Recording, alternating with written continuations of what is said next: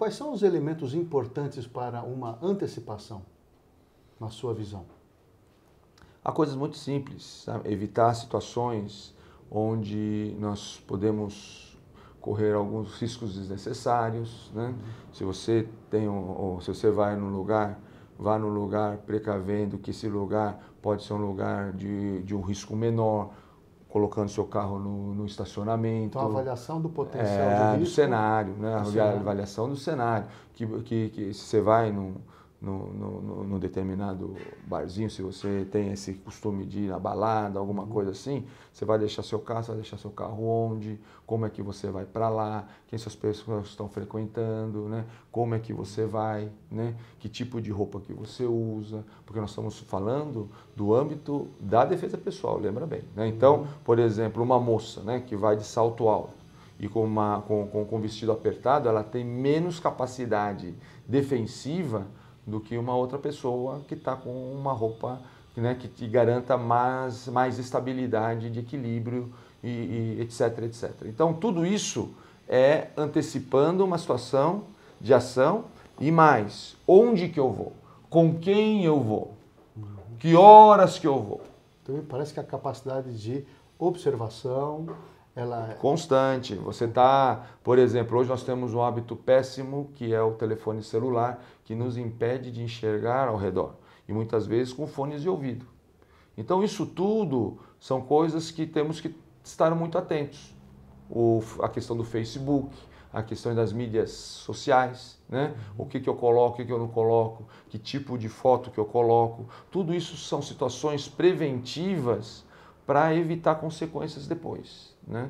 Então, obviamente, se você está de carro, evitar ficar de vidro aberto, evitar certas situações, nem todos têm condição de ter um carro blindado.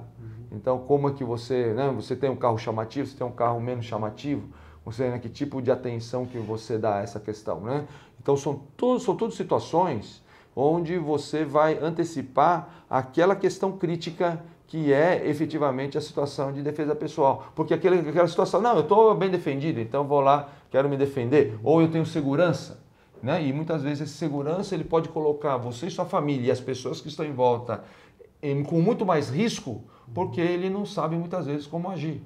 Muitas vezes não é um segurança preparado, né? Muitas vezes esse segurança ele tem uma outra função que é paralela à de segurança, que muitas vezes é até antagônica com a função de segurança. O segurança ele tem que evitar ele tem a ideia dele é proteger.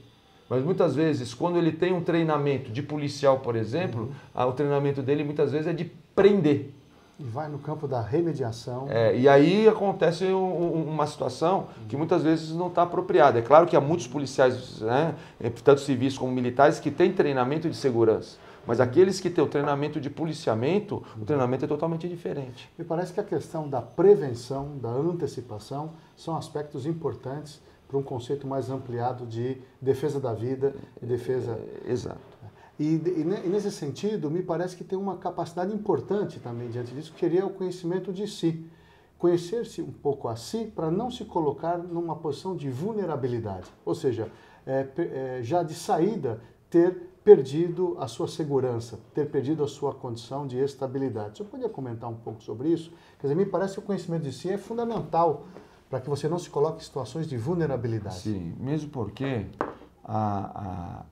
em tese, né, cada cidadão brasileiro ele tem seu direito constitucionalmente assegurado de proteção, de segurança. Obviamente que o Estado não tem condições de prover essa segurança, né? Isso fica... E não é só o Estado do nosso país. Qualquer Estado não tem essa condição hoje. Por mais que você tenha um policial, só se tiver nem um policial para cada cidadão, isso seria possível. Por isso que o cidadão ele tem que estar atento à sua segurança, além de, obviamente, contar com o aparato, né, do Estado, com o aparato social para isso. Por quê? Porque ele tem que prestar atenção. Ele é responsável maior por sua própria segurança. Então, ele está saindo na rua, ele tem que estar atento. ele tem que prestar atenção em cada elemento, né? Ele tem que ter o cuidado, né, de saber como proteger sua casa, ou seja, tomando medidas de segurança, né? Então, tudo isso são situações que vão minimizar. Lembra, Walter, que nós estamos falando que isso aqui tudo é um processo de probabilidade, né? Então, não é que não existe nenhum tipo de segurança que é 100%. Né? Nós tivemos um caso muito clássico, né, daquele menino, né, da família Ota, que foi sequestrado e tudo mais, e foi sequestrado pelo próprio segurança. Então a família, né, tinha o próprio segurança que ao reconhecer, o menino reconheceu o segurança e por isso que tiveram que matá-lo. Então observe que isso tudo é uma situação onde muitas vezes fala, não, eu tenho dinheiro para poder prover minha própria segurança, o meu próprio exército, o meu próprio corpo de segurança, mas também não é assim. Por isso que é muito importante a atenção que um pode dar para o outro, um pode ajudar o outro, sabe? A orientação que se pode dar nas escolas com relação a isso, né? Porque é uma coisa muito importante. Muitas vezes são questões simples que vão poder evitar uma situação mais, né, de consequências mais graves futuras, né? Então, nós temos a primeira situação, que é aquela situação de prevenção, a situação de antecipação, a situação de realizar as coisas quando elas estão pequenas ainda. Temos a situação em si, que é onde muitas vezes se enfatiza com relação à defesa pessoal. E, por fim, a consequência dessa situação. Então, quando nós falamos defesa pessoal, temos que ter em mente essas 3 etapas. Muito obrigado, mestre Léo.